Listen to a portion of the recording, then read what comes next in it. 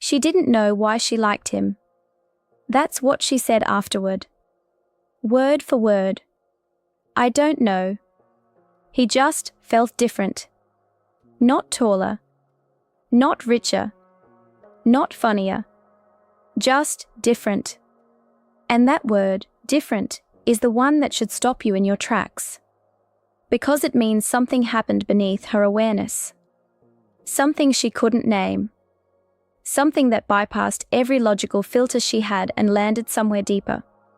Let me tell you about a small psychology experiment that most people have never heard of. It wasn't published in a major journal. It wasn't front-page news. But what it revealed about human attraction will change how you think about every conversation you've ever had. Two men. Same age. Similar build. Similar features. Both reasonably attractive.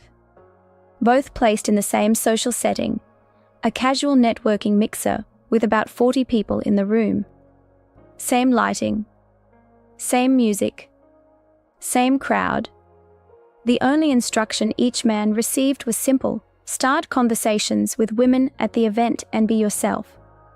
Here's what happened. The first man approached 7 women over the course of the evening. Every single conversation lasted under 3 minutes. Polite smiles. Short answers. Women glancing over his shoulder mid-sentence. One woman literally excused herself to get water and never came back. He wasn't rude. He wasn't awkward. He was fine. But fine doesn't create anything. The second man approached 5 women. 4 of those 5 conversations lasted over 20 minutes. 2 women came back to talk to him a second time without being asked. One gave him her number without him requesting it. He wasn't performing. He wasn't louder.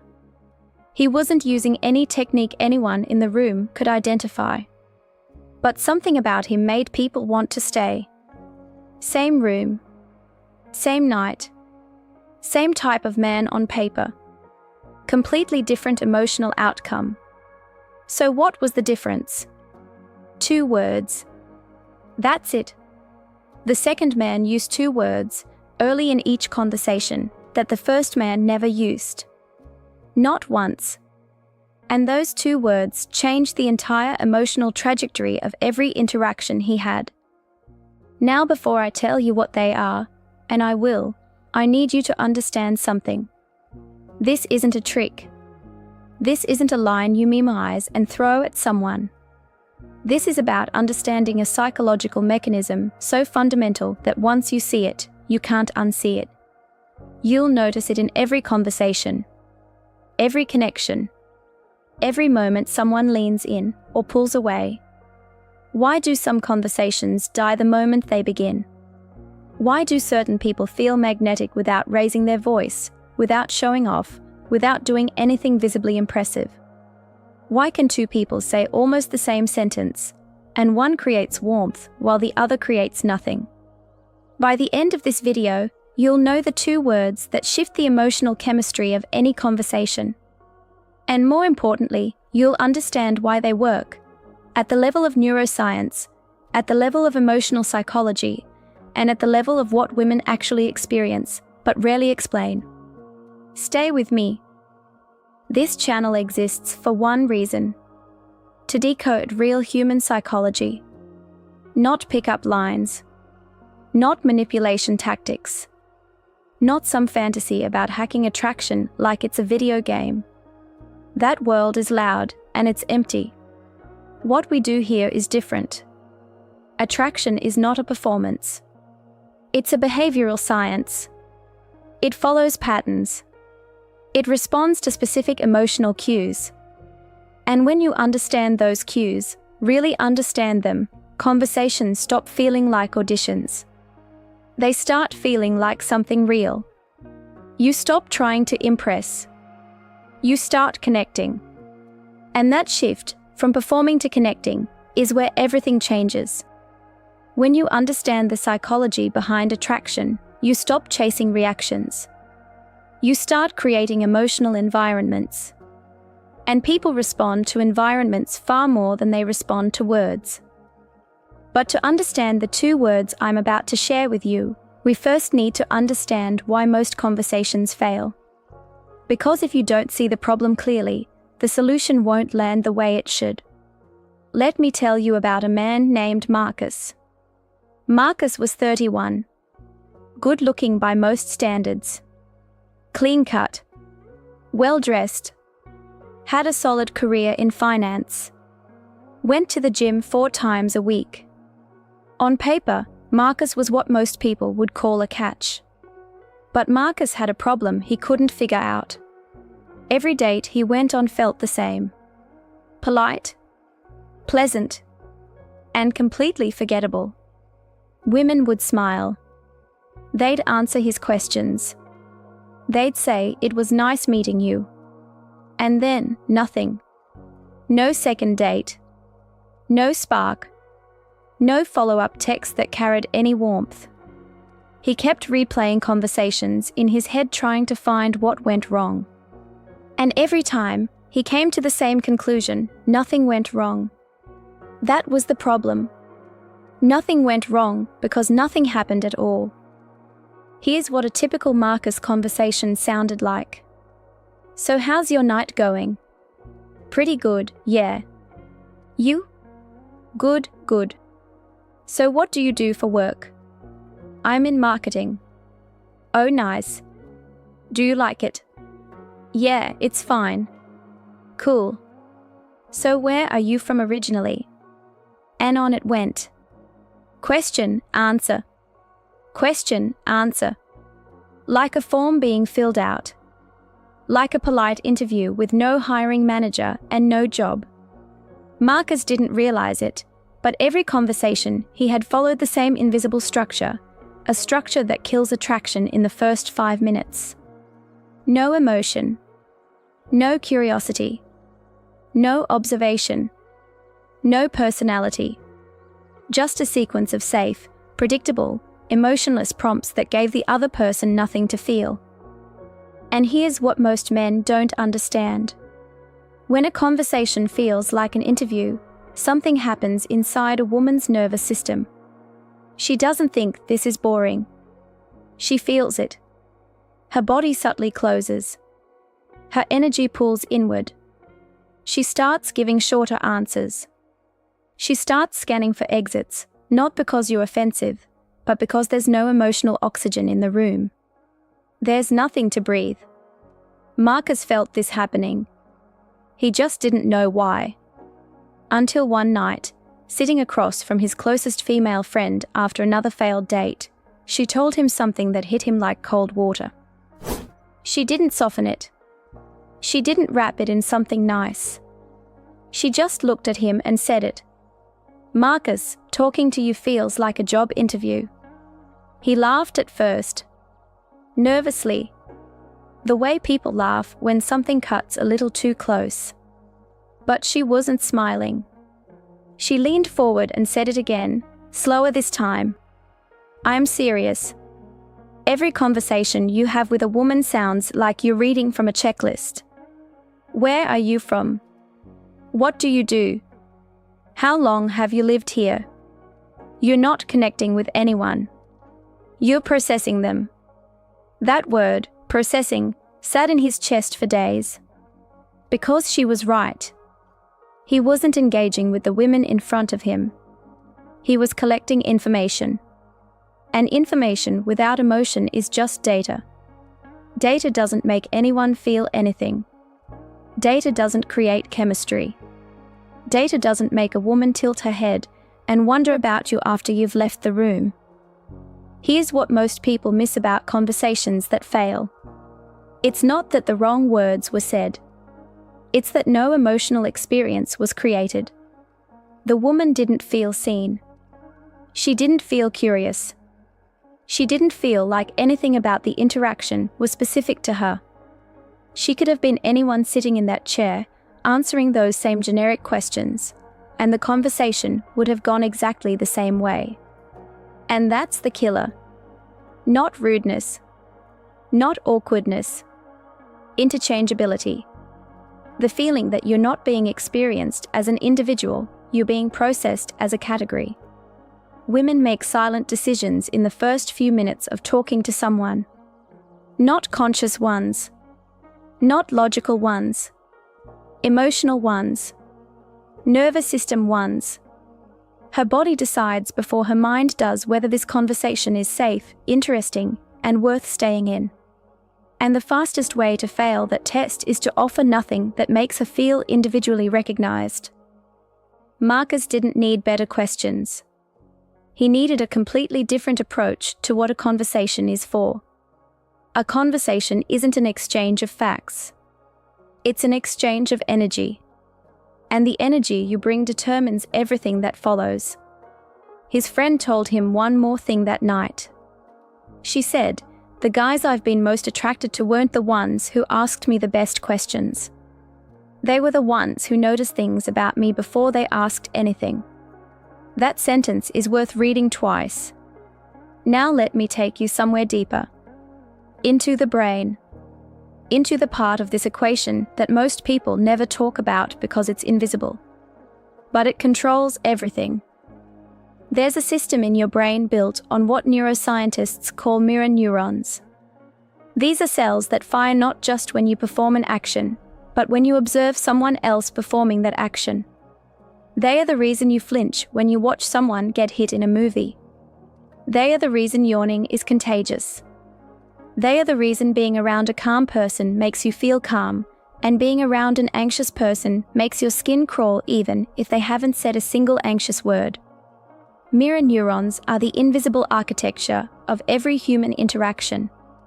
And in the context of attraction, they are everything. Here's what this means in plain language. When you sit across from someone, your emotional state transfers. Not through your words. Through your nervous system. Through micro-expressions. Through the pace of your breathing, the tension in your jaw, the rhythm of your voice. Before you've finished your first sentence, the other person's brain has already begun mirroring your internal state. So if you're nervous, she feels tension. If you're performing, she feels pressure. If you're trying too hard to be interesting, she feels the weight of your effort. And effort, in the world of attraction, is one of the most repulsive forces there is.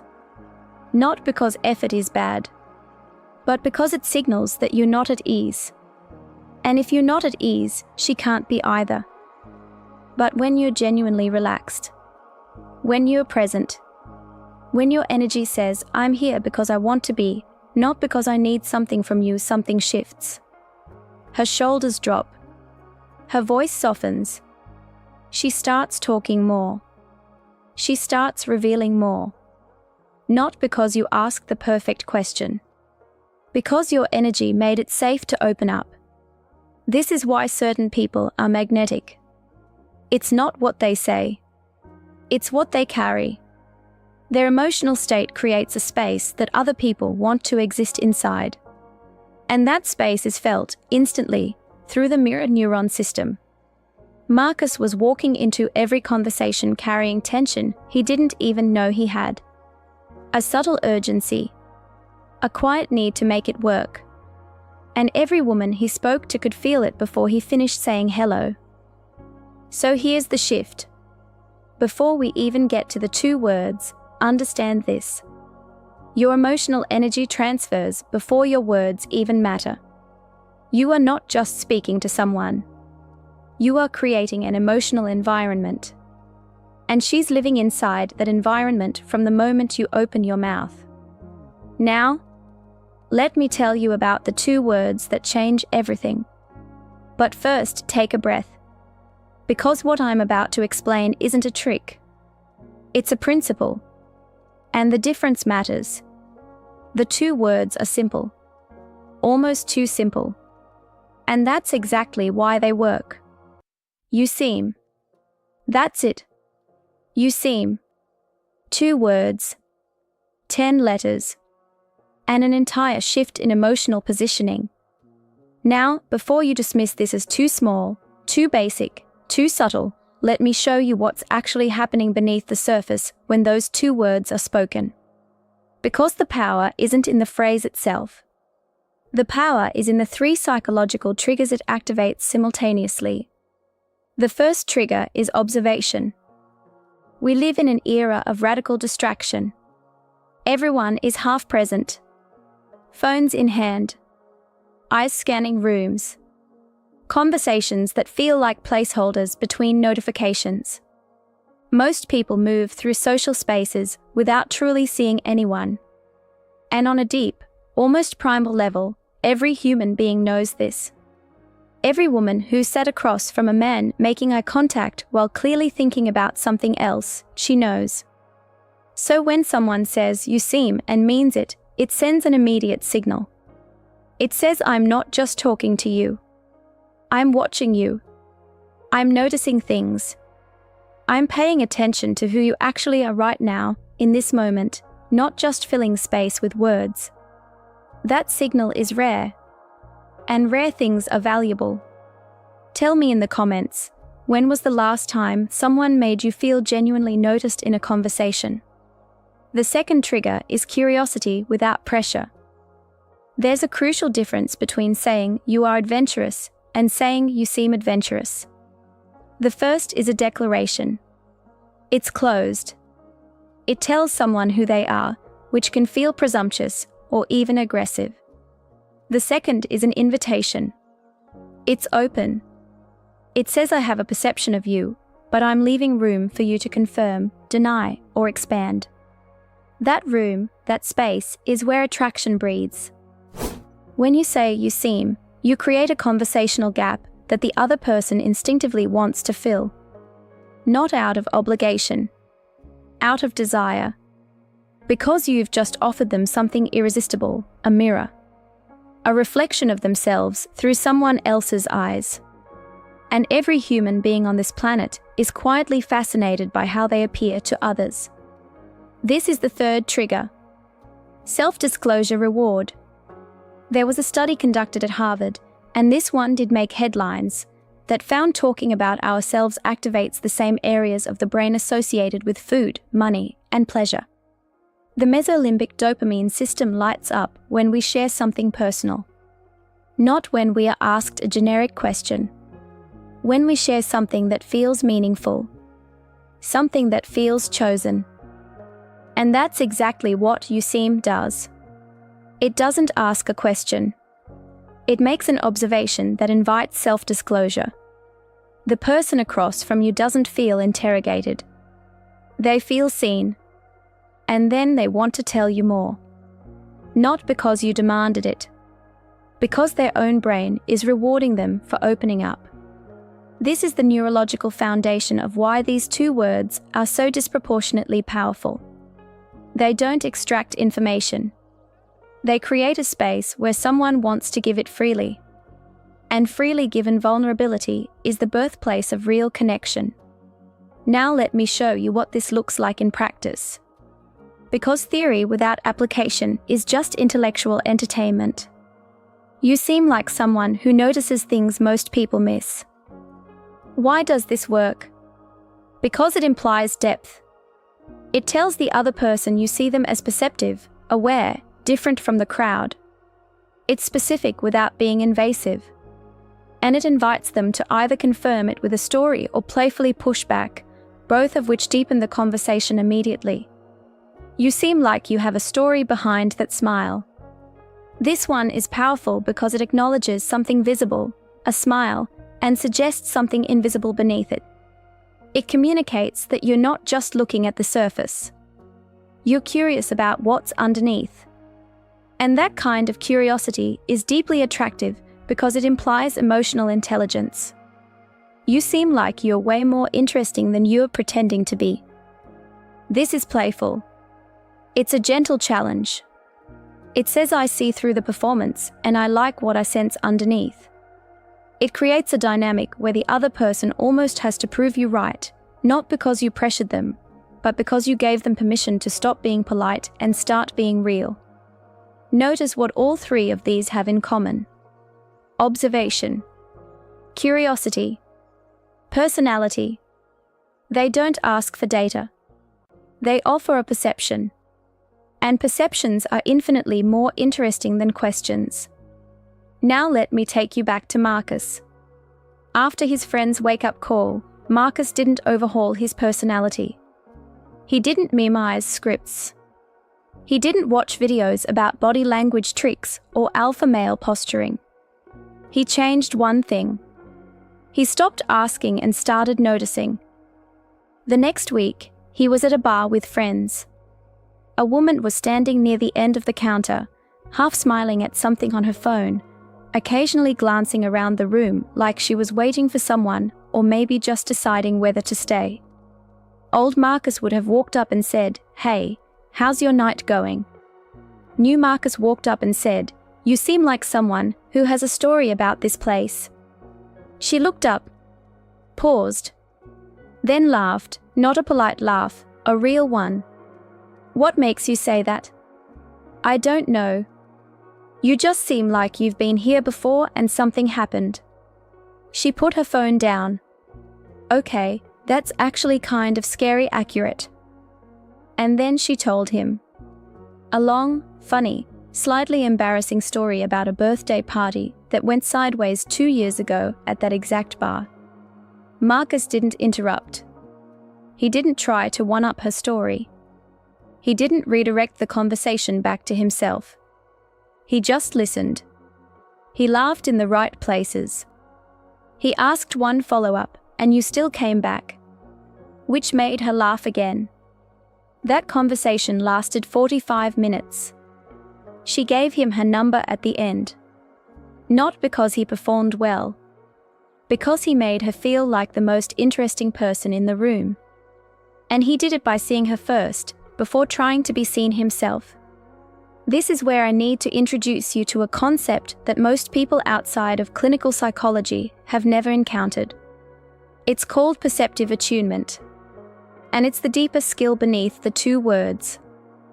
Perceptive attunement is the ability to notice emotional signals, micro-expressions, tonal shifts, energy changes, and respond to them in real time. It's what great therapists do. It's what effective leaders do. It's what every naturally charismatic person does without being taught. When someone demonstrates perceptive attunement, it triggers the release of oxytocin, the bonding hormone. The same chemical released during physical touch, breastfeeding, and deep trust-building moments. You don't need physical contact to trigger it. You just need to make someone feel genuinely seen. And that's the secret hidden inside "you seem." It's not a technique. It's a demonstration of attunement.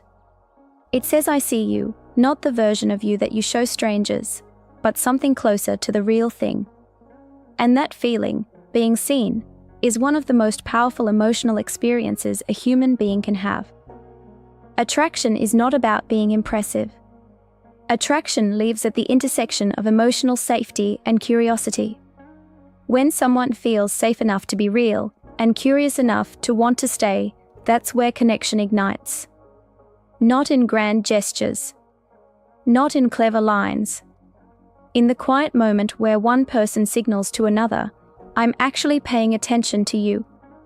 Robert Cialdini, one of the most respected researchers in the science of persuasion, identified what he called the liking principle. It states simply that people are more easily influenced by, and more attracted to, people they feel understand them. Not people who are impressive. Not people who are dominant. People who reflect understanding. "You seem" is a shortcut to the liking principle. It signals empathy. It signals attention. It signals a kind of quiet intelligence that most people never demonstrate in casual conversation. And it does all of this in 2 words. But here's where I need to be honest with you. Because this can go wrong. And when it goes wrong, it goes very wrong. There are 3 mistakes that will completely destroy the power of this approach. And I see people make them constantly. The first mistake is using "you seem" like a pickup line. Treating it as a memorized script.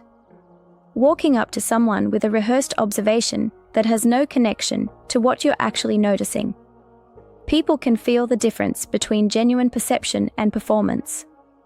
When you say you seem like someone who loves adventure to a woman who's sitting quietly reading a book in a coffee shop, and your tone screams rehearsal, she doesn't feel seen. She feels targeted. And targeted is the opposite of safe. The words only work when they are rooted in something real. Something you actually observed. Something specific to that person in that moment. If you can't find something genuine to notice, don't force it. Silence is better than fabrication. Every time. The second mistake is making it about physical appearance. You seem beautiful. You seem like you work out. You seem like you know you're attractive. These aren't observations. They are evaluations. And evaluations of someone's appearance in the first minutes of conversation don't create emotional connection. They create self-consciousness. Or worse, they signal that you see her as a surface. And no one bonds with someone who only sees the surface. The power of you seem lives in noticing something about someone's energy, their behavior, their presence. Not their body. Not their face. The invisible things. The things that most people never comment on because most people aren't paying that kind of attention. The third mistake, and this is the one that ruins it most often, is not listening to the response. You deliver a beautiful observation. She opens up. She starts telling you something real. And then you immediately redirect the conversation to yourself. Or you start thinking about what to say next instead of hearing what she's saying now. The observation opens the door. Listening is what walks you through it. If you make an incredible, you seem statement and then fail to be present for what follows, you've wasted the most important moment of the conversation. Because she opened up based on trust. And if you weren't there to receive it, that trust collapses. Quietly. Permanently. The conversation must expand naturally. Your observation is a seed. Her response is the first sign of growth. And your job, your only job in that moment, is to stay present, stay curious, and let the conversation breathe. Now I want to step back from technique entirely. Because if you leave this video thinking you seem is a tool to use on people, you've missed the point completely. This is about something deeper. Something that applies to every relationship you'll ever have. Every friendship. Every professional connection. Every moment where one human being sits across from another and has the chance to truly see them. Most people walk through life feeling unseen. Not unloved. Not mistreated. Just unseen. They interact with dozens of people every week and walk away from most of those interactions feeling like they could have been anyone. Like the person across from them wasn't really there. Like the conversation was just a ritual, performed but not felt. And then someone comes along who actually notices.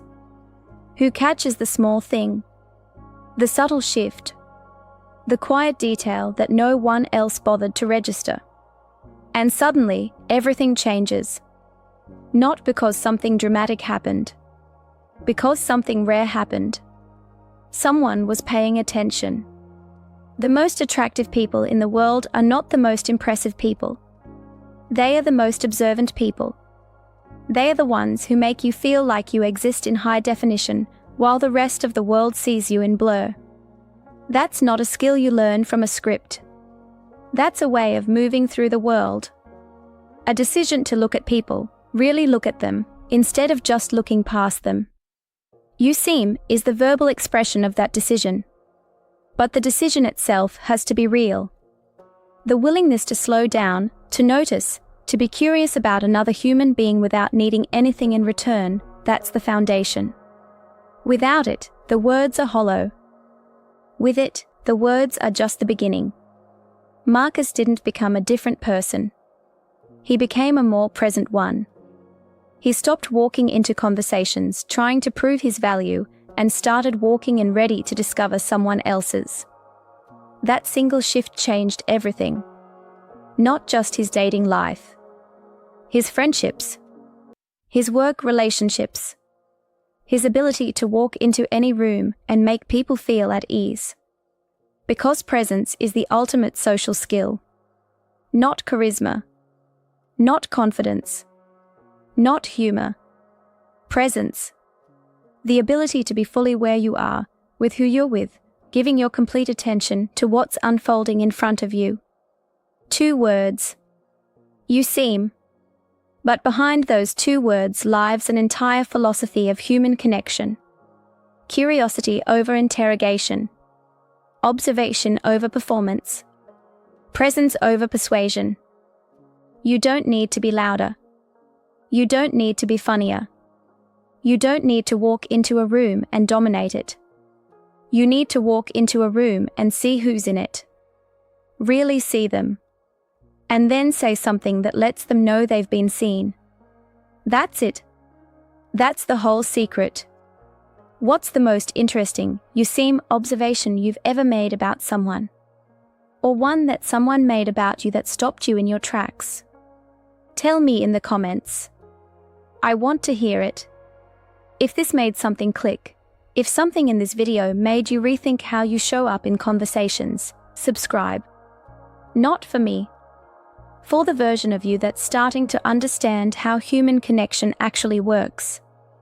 When things finally start making sense. When patterns become clear. Come back to Lies Unmasked and tell me thank you. Subscribe. I'll see you in the next one.